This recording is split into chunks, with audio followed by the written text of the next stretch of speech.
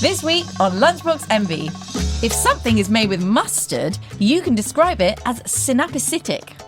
In the 1830s, tomato ketchup was sold as a cure for diarrhea. And there's a traditional Mexican sauce made from salt and ground up agave worms. It's condiments!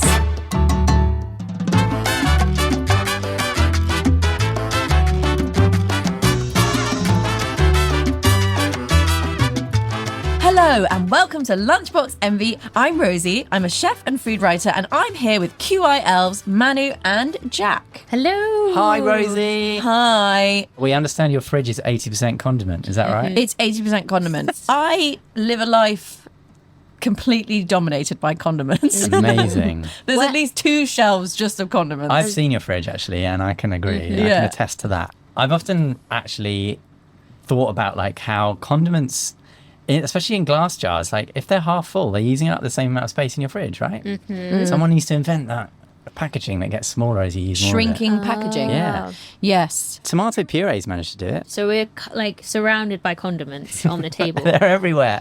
Most of them would fit in a squeezy tube. Let's get into the thorny question. All right, what so- defines a condiment? Oh, Because I found a lot of debate here. Personally, I think it's got to be added after the meal is cooked. That's so controversial. Well, the whole thing's controversial. I'd say usually it's a fluid, although salt and pepper also count. we're not Salt and counting. pepper do not count. No. Really? I found loads I of mean, definitions that said Yeah, salt I know, and pepper but I count. don't agree with those. So Well, we're not that's talking. There's not salt This on the is table. not a democracy. To finish, those are my main factors are it's usually added after the meal is cooked and it's usually a fluid. To challenge you on that, Please. when you add Worcestershire sauce to something as it's cooking, then is it then not a condiment when you're cooking with it? Correct. It's about how you use it. So what is it when you're cooking with it? It's ingredient. It's an ingredient or a flavouring Seasoning. enhancer. Seasoning, maybe, yeah. Interesting. Okay, no, I that's not like a totally impossible Same with salt, right? rationale. I do see what you mean about like it has to land on the plate as an addition, you know? And actually looking around, none of them are, I mean, some of them are fridge temperature, but none of them are like hot. I think if they were hot, they'd be a sauce. I was reading a really good article on the Kitchen website, and they interviewed a bunch of chefs with this exact question in mind. So they got them to define what they thought a condiment was. Okay. And there are some common themes. The first one is exactly what Jack said about it being used after a meal is prepared. Right. Question, does that mean it's optional? Exactly. So another thing about condiments is that they're optional and unnecessary. Interesting. So in that way, it's like okay. choose your own adventure. It makes the whole eating experience highly individualized. Yeah. I think specifically for me, like chili sauce is a really good example. Like Yeah. different Yeah. people have different heat thresholds. You have like that complete control I see, over yeah. how it. Yeah. Another key component to any condiment is that they tend to be really well seasoned. So it's not something you'd eat on its own Oh, because okay, it's yeah. doing like a lot Yeah, of it's- punching It's and like, lifting. yeah, I suspect as well quite a few condiments didn't start as condiments. They started as sauces Yeah. and then devolved into a sauce that is used as in a condimentary way. Condimentary is the adverb of condiment. Is it an adverb? I don't know. Is Nutella a condiment then? Yes. Yeah, if you use it in a condimentary way. Another thing. Jams and spreads. Jams and spreads, yeah? By our definition, if you put a teaspoon of jam on the side of your roast dinner and you eat your roast dinner with it, it is therefore a condiment. Yeah, True. I'll take You that. have used it in a condimentary way. In the most condimentary way. Perhaps the etymology will shed some light. Take us through it. I don't have it. Oh, Manu, take us through it. There we go. It's from the Latin condimentum, which is a word for spice, seasoning, or sauce. From Pretty clear.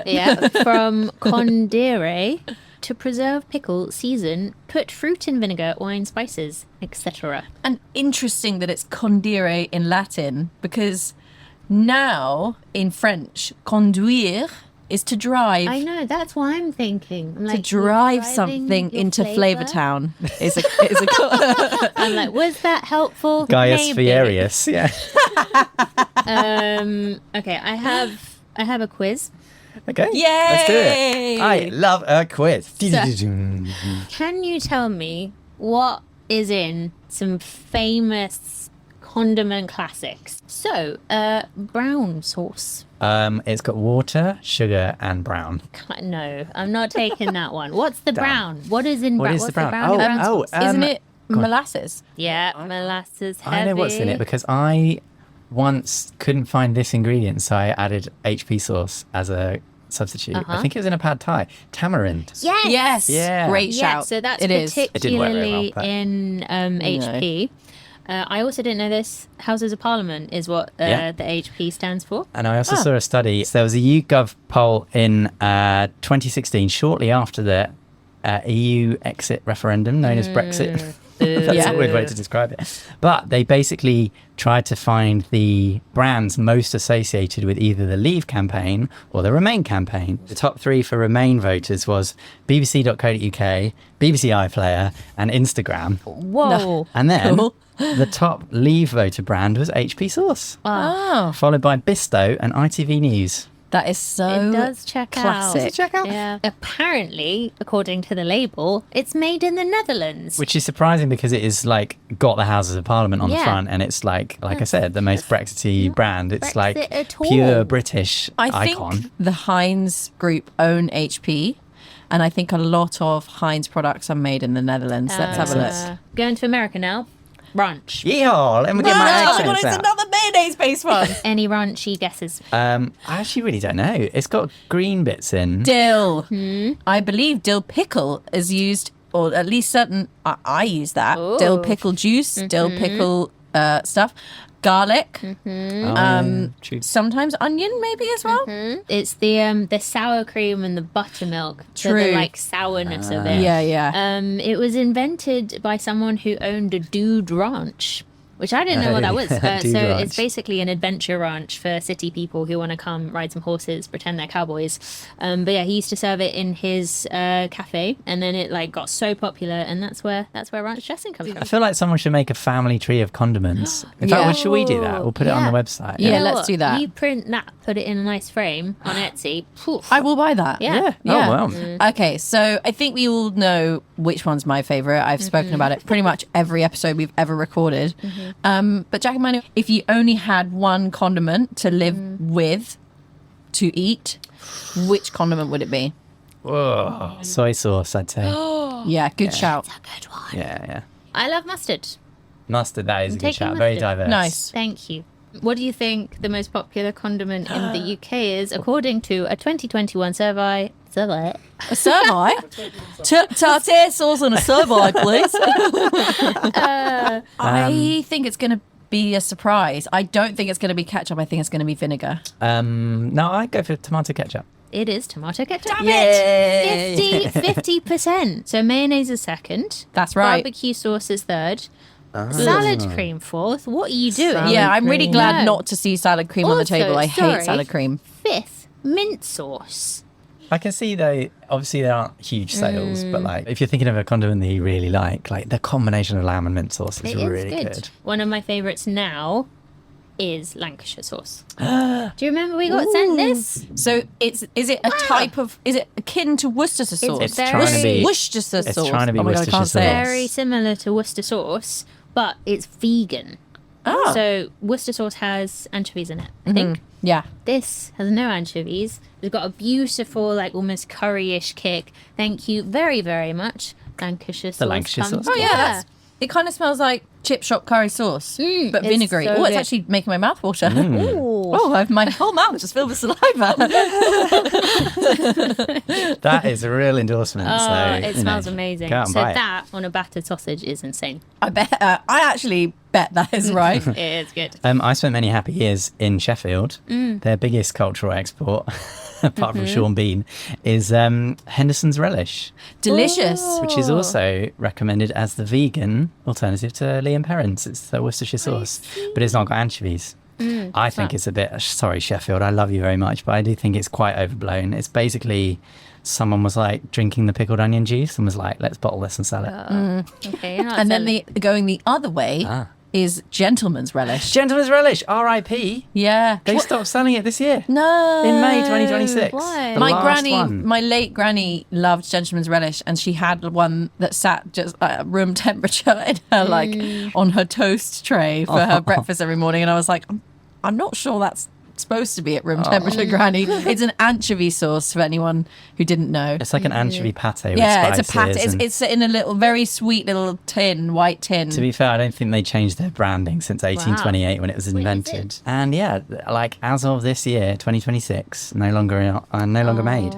I mean, it does sound like a euphemism, Gentleman's Relish. You know, you can't imagine coming up with that today. So that's probably done it a bit of a death. And also, I think it was popular with old people. Mrs. Beaton references it. That's how old it is. Beaton! She said, an excellent bon bouche which enables gentlemen at wine parties to enjoy their port with redoubled gusto. What's a bon bouche? Bon bouche, I guess, it means good mouth. It must be just something tasty to enjoy. I It's think like a little maybe nibble. it's kind of like the opposite of a palate cleanser in the sense of like it's something that basically like burns everything out of your mouth. It's so potent. But is it a favourite condiment of James Bond writer Ian Fleming? Ooh. Who was friends with my granny? Really? Oh my God, she might have got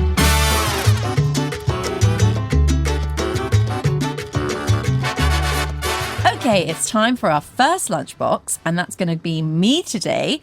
And guess what, guys? I'm finally getting to do an entire section on mayo. I want to tell you how mayonnaise is made, because it is literally something I think about all day, every day.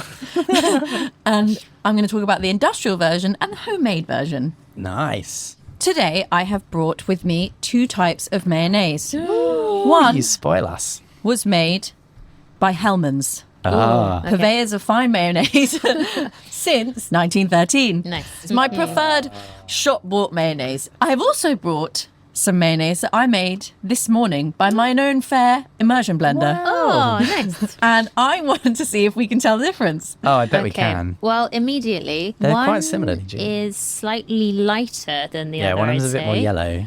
I think just from the look of it, I know which is which. Okay, well, we Same, bought some but- chips, some lovely hot chips to dip in our mayonnaise. Okay. Again, one of the most ambrosial foods of all time is a chip dipped in mayonnaise, I think. It is good.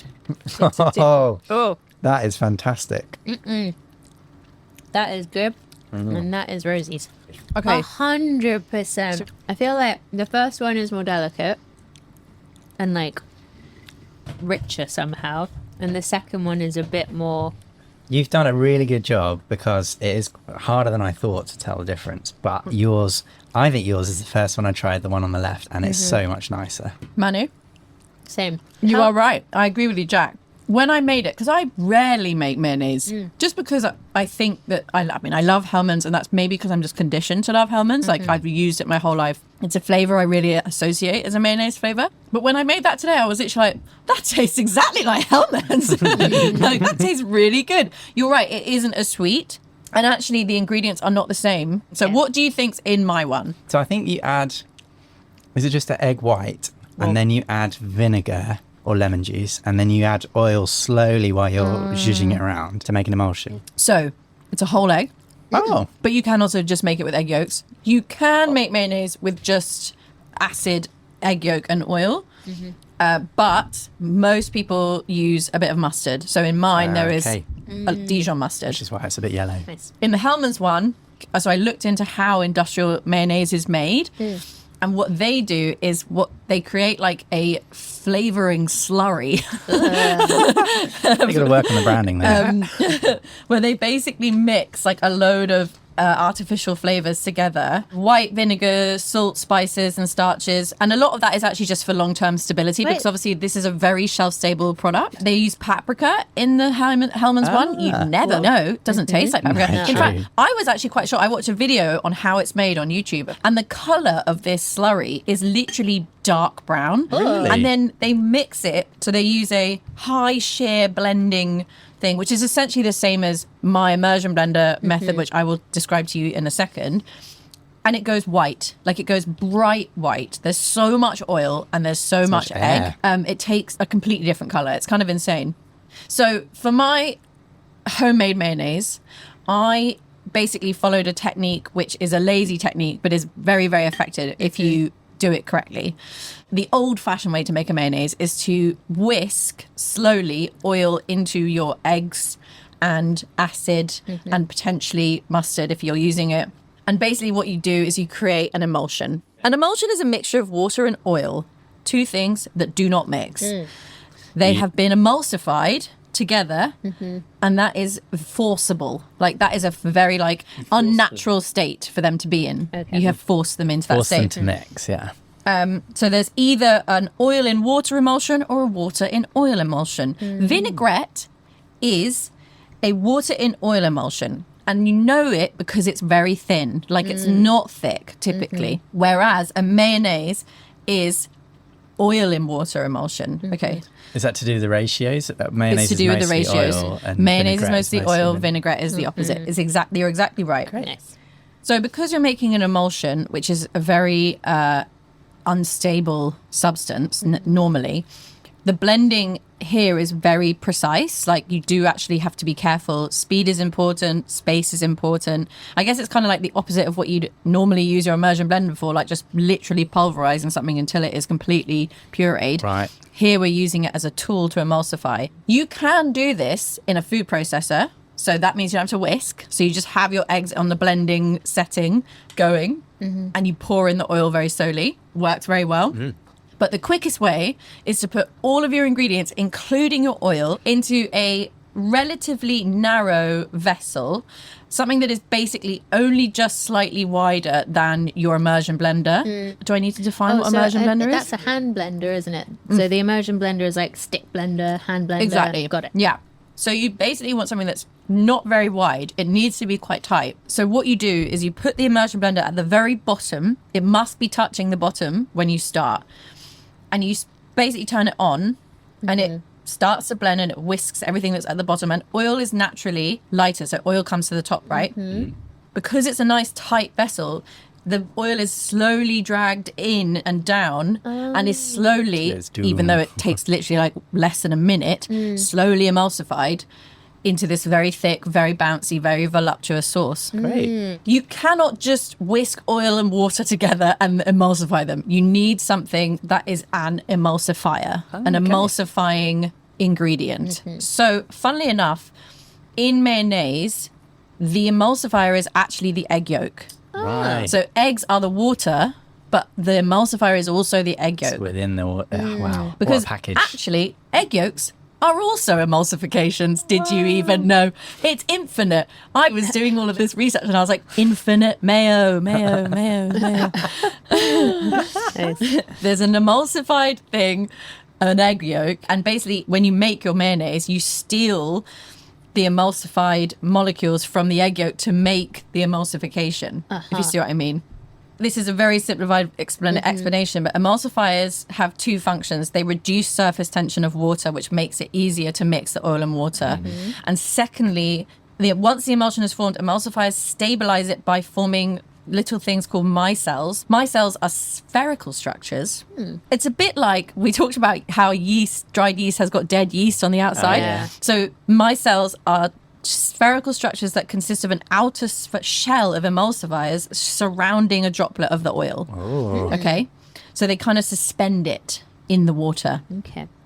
So those are egg yolks in mayo, but actually we use something else which is a brilliant emulsifier. That's what I use today, which is mustard. Another emulsifier, would you believe it, is garlic. Have you ever come across a Lebanese sauce called toum? I don't think so, no. Okay. Banging. It's banging. So toum is actually the Arabic word for garlic. Oh. And toum is nature's vegan mayonnaise because there are no eggs in it. Okay. And what you do is, instead of using egg yolks, you peel a shitload of garlic. Like, I'm not exaggerating. Like, for a basic recipe, you'd use 2 heads of garlic. Wow. 160 grams of garlic cloves. Make sure they're nice and clean. Make sure you've taken the inner root out. oil and lemon juice and salt. Those are the 4 ingredients of toum. Wow. And it's a slightly different method. Typically, the traditional version is that you would blend your garlic to a fine paste, and then you would whisk alternately lemon juice and oil, whichever oil you choose, to make a garlic emulsified sauce. Lovely. It's a little bit thicker, and it obviously has bits in it because you cannot blend garlic so perfectly that it doesn't have, if you're making a homemade version, perhaps industrially you could. But it's really, really delicious and obviously very garlicky, but we love garlic, like friend of the pod, am I right? I really recommend checking out Julius Fielder's recipe for toum. He is a YouTuber influencer who finds vegan food from around the world and like highlights it. Anyway, nice.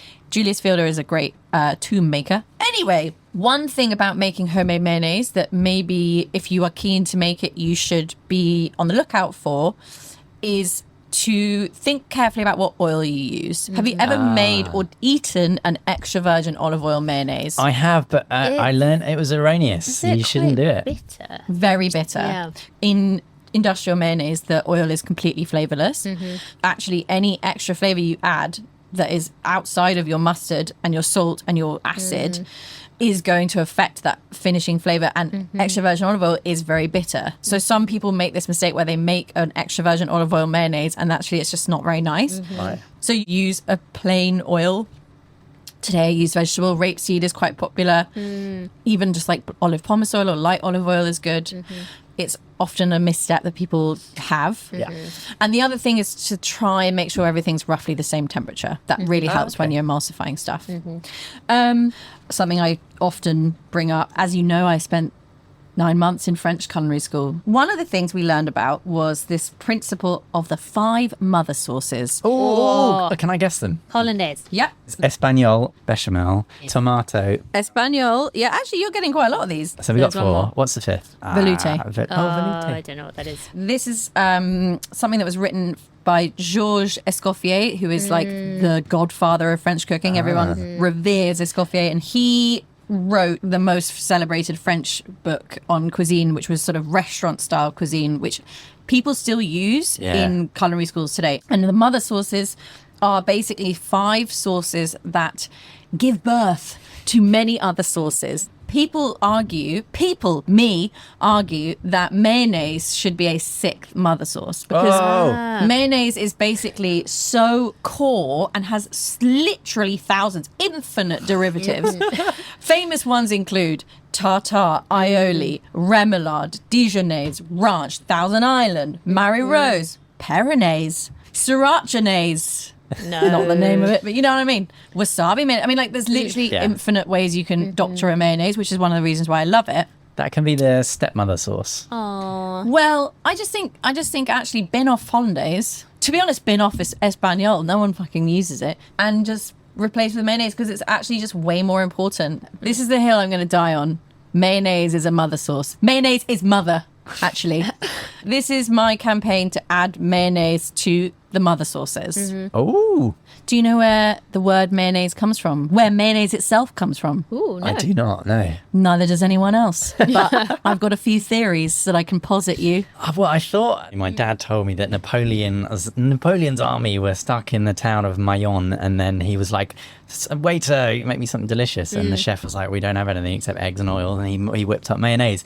But I suspect that is a complete fallacy. Well, the version of events that I heard is that it was the 7 Years' War, and it was the Duke de Richelieu who in 1756 expelled the British from the small island of Minorca by capturing a fortress called San Felipe, which was guarding the port of Mahon. And following this victory, the Duke's chef wanted to make him, I assume he was just employed to do so, not necessarily wanted. But anyway, he wanted to make him one of his favourite dishes, which included a sauce of egg and cream. He's French, of course. However, there was no cream on the island of Minorca, so he used olive oil instead and created this emulsion Mayonnaise. of egg and oil called Mahonnaise. Sauce mayonnaise. That is a theory. Yeah. There is no real evidence Yeah, it of sounds this. a bit good to be true, doesn't it? Other than in texts 50 years later-ish, the word Mahonnaise was used. So it was 50 it was years. like colloquially being used in cookery terms, but Yeah. no one has any evidence to suggest that is actually how it was made. So There's this is, you know, when people are like, it's actually pho, or like you're saying it wrong.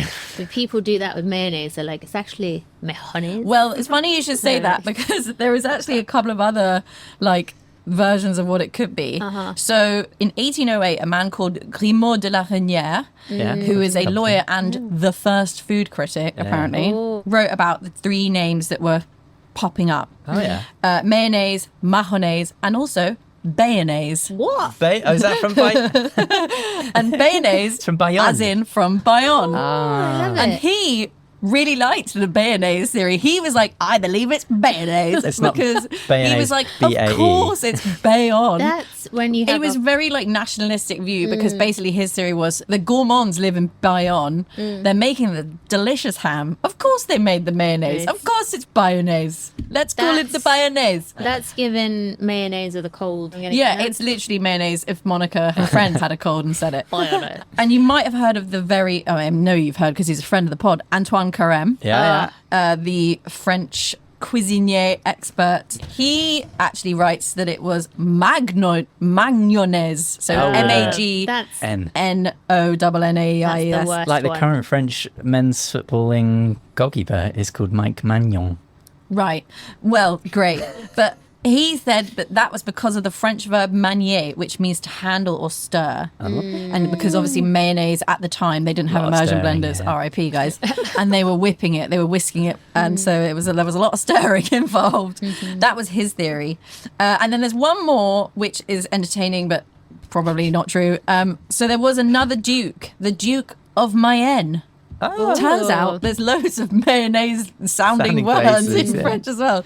Called Charles de Lorraine, who at the end of the 16th century was a Catholic fighting in the war against the Protestant king Henry IV. okay. It was kind of like, Catholics versus Protestants all the That time old back thing, then. yeah. Anyway, going into battle, he insisted on his favourite meal of chicken and sauce. And the chicken sauce was apparently mayonnaise. Oh, Chicken mayonnaise, as we all know, is a protein boy favourite. And you do need a lot of protein for the old war, don't you? So, but, the real, tenuous thing is that his name was the Duke de Mayenne, so it was called mayonnaise. But that one mayonnaise. predates the others. I think that's his strongest claim. But there's no evidence But of there's it. no other It's just evidence. a theory. People weren't It's just writing things like down, they've were they? drawn upon very dubious Yeah. writings. I feel like the Gutenberg press is quite recent. I think the best things, you never know where it's from, Quite. I think it came from heaven. It came from here. I Aw. genuinely think it did. Let's have a vote. What version of the word mayonnaise do you like the best? mayonnaise, hands down, best one. I do like mayonnaise because it is my bae. Oh, I think it was invented by Radio 5 DJ Simon Mayo. Right. Okay. Simon, if you did invent it, please write in. I say boom, boom, boom. Let me say wayo. Mayo.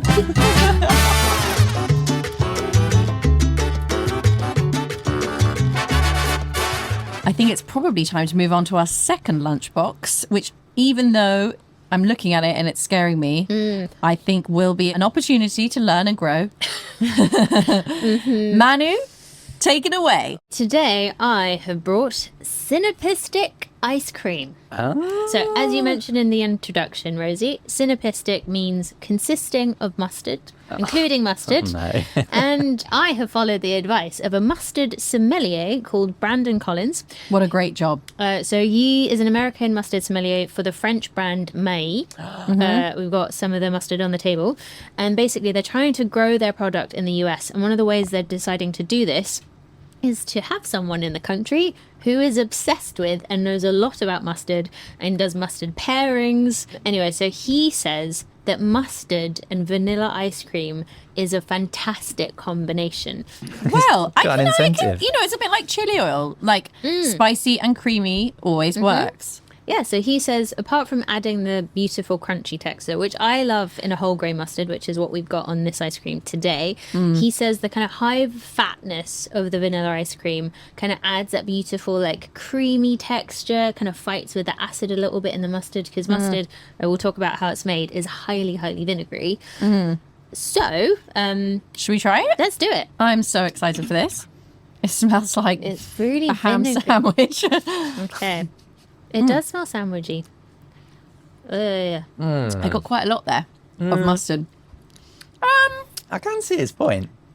Yeah, it's not the worst pairing in the world. Like, I'm not going to sit here and be like, yeah, I'm going to make this when I get home. It's actually way harder to detect the ice cream sweetness with that much mustard. Like, it's really I'm muted. going to try a little bit. I think I'm enjoying the ice cream bit, and then I get a hit of mustard, and I'm like, ooh. You need to get the ratio right, don't you? I have ruined a lot of vanilla ice cream doing this. Yeah, Anyway. you could have made a smaller sample. I think for me, the slight issue I have with it is that even though there are no alliums in mustard, to me it tastes faintly oniony or garlicky, and that's where it doesn't work with a sweet thing for me. It's got that like pungent, kind of lingering. Shallots. Okay, well, I'm sorry, Brandon. I'm not convinced. She's not buying it. But I do love mustard, and I had so much fun researching this. So mustard, table mustard, comes from crushed mustard seeds, and then you add water and vinegar and lots of seasonings, and that is how we get the condiment that we have just put over ice cream, and it doesn't work at all. And do we boil them? No. So No. a lot of the heating comes when you're crushing it. I see. Okay, So right. you get a lot of milling. That kind of milling makes the heating. So you're not like cooking them straight up.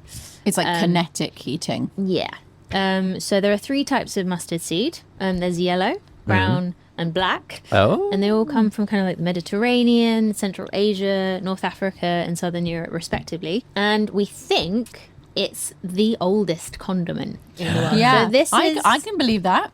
Oh, are you sure? Well, this is excluding salt. This is when, for me, salt kept Okay, coming that was up my in my first research. argument. Yeah. And also, if you think of a true condiment being an addition rather than an ingredient, vinegar, Okay. I would also argue, could be very, very, very, very, very old. But mustard is like intentional condiment. Yeah, exactly. So there is evidence of mustard. Well, mustard is being spoken about in ancient Indian and Sumerian texts dating back 3000 BCE. The Greeks were obsessed with mustard. The Romans were obsessed with mustard. It's mentioned in the Bible like many, many times. And the Romans were the ones that actually took mustard making to France. And then the French ran with it. And that's why we have Dijon today. Oh, that's Thank why we you very associate it with much. France. Dijon Exactly. from the town of Dijon in Yes. Burgundy. Although most of the Dijon we eat today is not made in Dijon. Yeah. Oh, So is this it not like a protected... No, it's PDO not. It's type not thing? got a PGI at all. So you can make Oh. Dijon anywhere in the world. Wow. And this is something that was actually spoken about on Fish not that long ago. Most of the Dijon that might produce, that's made in a little nearby commune or town called Chevigny-Saint-Sauveur. Saveur sounds like flavour, doesn't it? Ooh, and it's delicious. Flavoursome. And the actual word mustard comes from the kind of method of making it. So the Romans used to mix mustard seeds with the must of the wine, so like really, really young wine. And that's where you have that kind of like vinegary Because I was going to element. say mustard is a great word. It's just a very satisfying word. It's good.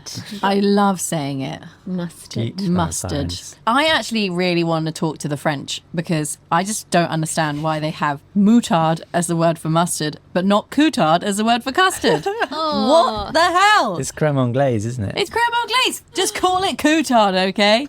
It sounds a bit rude. What, coutard? Yeah, it does a bit. When I talk about mustard, the colour immediately comes to mind. Yeah. So if I ask you, what colour is mustard? What do you say? Yellow. Yellow.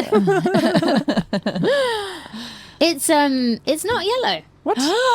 No, so Hang on a sec. it's kind of To be like fair, that's a- kind of like it's multicolored brown, beige. multicolored, and you do get yellowish mustard seeds. But the really, really yellow mustard, they're like a mustard that's literally called yellow mustard, like American mustard. No, Bright English yellow. mustard. Like Coleman's English Exactly. mustard is So, hella yellow. so yellow.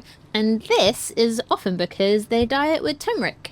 And that's why it stains on my bloody clothes. No. I remember hearing on the food programme, I think it was Zoe Laughlin said it's got a unique property that means it can't be removed with like a surfactant. You have to physically erode it from whatever it's attached Really? to. What, turmeric or mustard? Turmeric. Oh. But this is why I say Dijon mustard, like the famous French one, is a completely different colour and a lot more like brown. It's Yeah. a lot browner, yeah. I was going to ask you, what is the spice, like molecule Yeah. responsible for? So this was my biggest question. This was actually one of Bristol University's molecules of the month. Okay. If you are interested in chemistry and you have a spare 5 minutes, check out their website, Molecule of the Month. That's it's great. so fun. So they have a really beautiful explanation of what it is in mustard that is creating that burn, and it's something called allyl isothiocyanate. Allyl isothiocyanate. But I'm Wow. going to call it allyl I. So it's the same chemical that gives wasabi, horseradish, and garlic its really, really pungent burn as well. Interesting. And it That's works. why you're getting allium. Sorry. Yeah, so maybe, true. yeah. You're right. Anyway, so it's very similar to capsaicin, and in that it binds to the same TRPV1 receptors. TRPV1. So Friend of the pod. yeah, so it does create a little bit of that burn. So that receptor basically tricks your body into thinking, "Oh, hot!" if anything binds to it. Yeah, more on that in the Chili's episode. Exactly. But it also binds to another receptor called TPRA1, which sends pain and cold to the brain. Oh, interesting. So it's not just heat; it is kind of like a little bit Brain freeze. Like you're Yeah, eating an exactly. ice cube. Menthol is a really good analogy. So the reason why this particular pain goes straight up into the back of your nose and into your brain is because the molecules, this allyl iso, blah, blah, blah, the molecule is a lot smaller than capsaicin and a lot lighter, so it vaporizes Okay. really quickly in your mouth. So once you've been eating it and chewing it, it goes like... It goes Wow. straight into your sinuses. Anyway, so I was also looking into some weird uses for mustard. Oh, yeah. Okay. Because something called mustard plaster came up in my research a lot. Is it for walls? Is it for walls? As in plastering walls? No, it's not. Okay. Is it for wounds? It sort of. So it's usually used for sore muscles and joints. So this is a kind of ancient remedy. Like ancient deep heat? Yeah, exactly. You kind of grind it up and then you put it on your sore area. A salve. Careful. Yeah. Don't get it in the I wrong know. sore area. Am I right? You'd be really burning then. It's meant to kind of help with the pain, soothe the pain, warm it up a bit. And in 2024, there were some researchers at the Savitha Institute of Medical and Technical Sciences in Chennai, and they tested whether this was actually an effective pain relief. So they tested it on people who had Right. like arthritis and all these kind of joint problems, and they found that it did reduce pain, and it was a really good anti-inflammatory, antimicrobial. It has lots of great properties. But the most important thing is you cannot leave it on for too long. So they recommend 15 minutes max. There's another study in 2012 found if you left it on for longer than that, you could get burns, you could get nerve damage, you could get skin lesions, and there was no proper And then you way die. to... Yeah. So don't put mustard on your leg for more than 15 minutes, but under 15 minutes is apparently really good for you. Hey, Siri, please cancel mustard bath in my diary.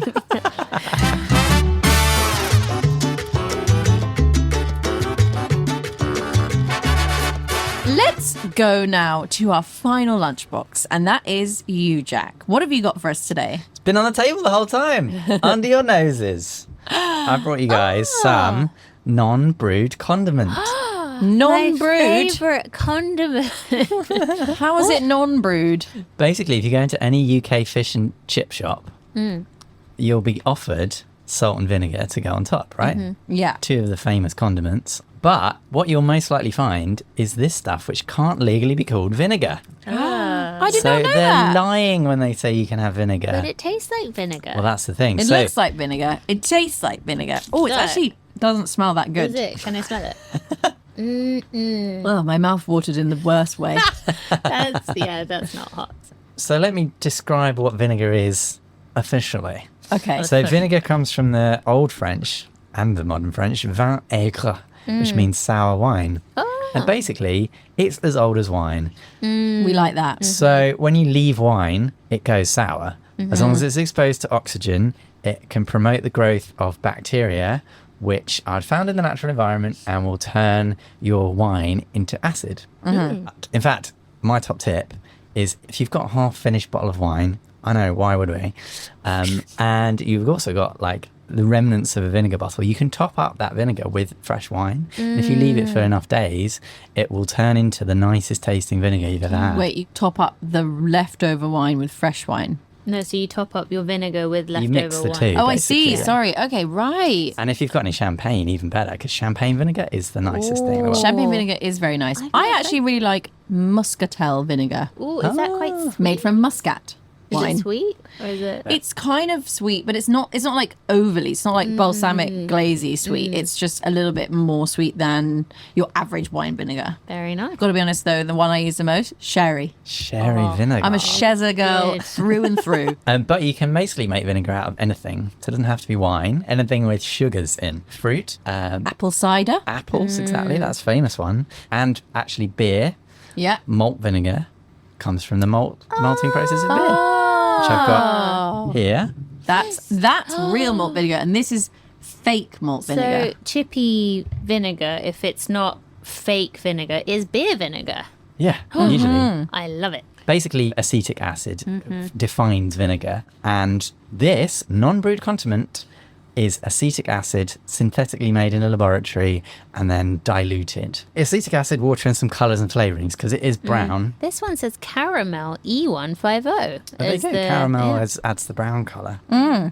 So it hasn't been brewed because it's Exactly. synthetic. Which is why it's non-brewed condiment. And it has a few advantages because it's halal. It's not been made through So alcoholic true. means. And it's delivered in concentrate. And then you dilute it if you're the fish and chip shop.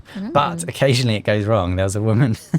this isn't funny, actually. There was a woman who basically the chip shop forgot to dilute their non-brewed condiment. Oh my god. And so she had a large quantity. I think she might have had a pickled egg or something that was like intensely acidic, and it burnt her throat, and she got £4,000 in compensation. Really? Yep. But anyway, I wanted to talk a bit more about vinegar because, like I say, you can make it out of anything.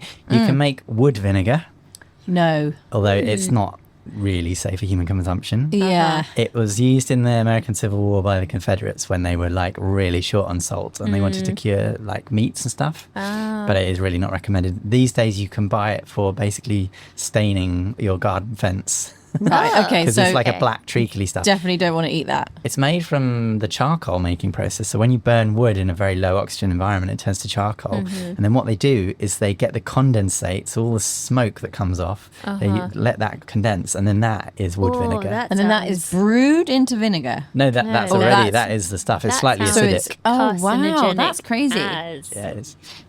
Kiwi fruit vinegar, very popular in New Zealand. Oh my god, I've never tried that. No, but great. you can make it out of fruit, like I say. It's fitting. I didn't know this was the case, but the Kiwis make a lot of kiwis. Yes. And yes. there's quite a lot of wastage because it's quite a squishy fruit. So occasionally you'll get a shipment and it'll all be bruised or wonky or out of shape. Turn it into vinegar. I bet you this exists, but I bet a kiwi vinegar hot sauce would be fucking amazing. Or if it doesn't exist, we should make that. They make No. delicious hot sauces out in New Zealand. I remember when I was there many moons ago in 2019, I found one called Kaitaia Fire that I Oh, was that's obsessed great. with. I love it. And then balsamic vinegar is basically, it's not made from wine. It's made from pre-wine. It's made from grape must. Is that why it's so sweet? Because the Possibly, sugars but are it's- still in the must. Yes, exactly. Got it. And it's also aged for decades, sometimes centuries. Whoa. And in fact, I think it's the most expensive liquid I've ever seen for sale in the UK. Really? I went to a fancy oil and vinegar shop in York about 10 years ago. Their most expensive version of balsamic vinegar was £500 a litre. Whoa. Wow. You could buy a little jar of 100 mil for Yeah. 50 quid. It's crazy. I think balsamic vinegar drizzle is the biggest red flag for a restaurant that you could possibly show me. Really? Like if you put balsamic drizzle on anything and I see a picture of that, I'm not coming in. I ain't coming in, guys. In my head, it's very like naughty. It's so naughty. Yeah. It's also just, can I be honest? I'm going to be rude. Can I be mean for a second? It's just lazy. Find something else that works better. It's just like pouring honey on something.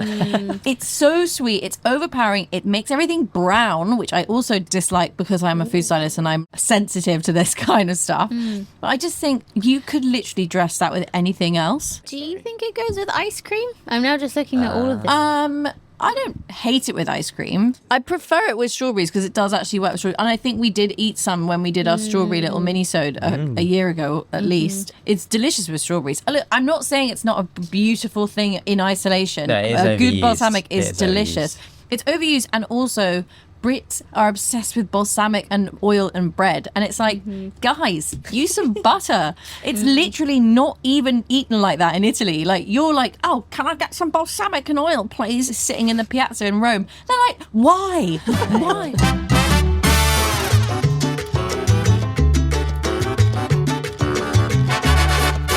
Right, that is it for this week's edition of Lunchbox Envy.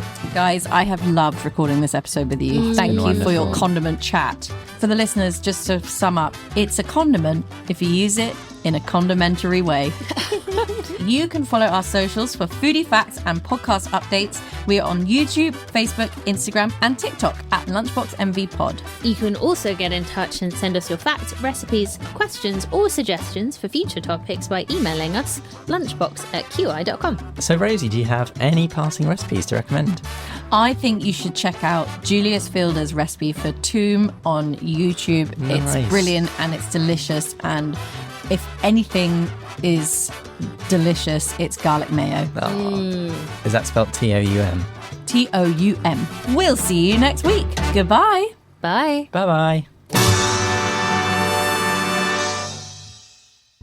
Lunchbox Envy was hosted by Manu Henriot, Jack Chambers, and me, Rosie MacKean. It was produced by Alex Bell. This has been a Quite Interesting Podcast.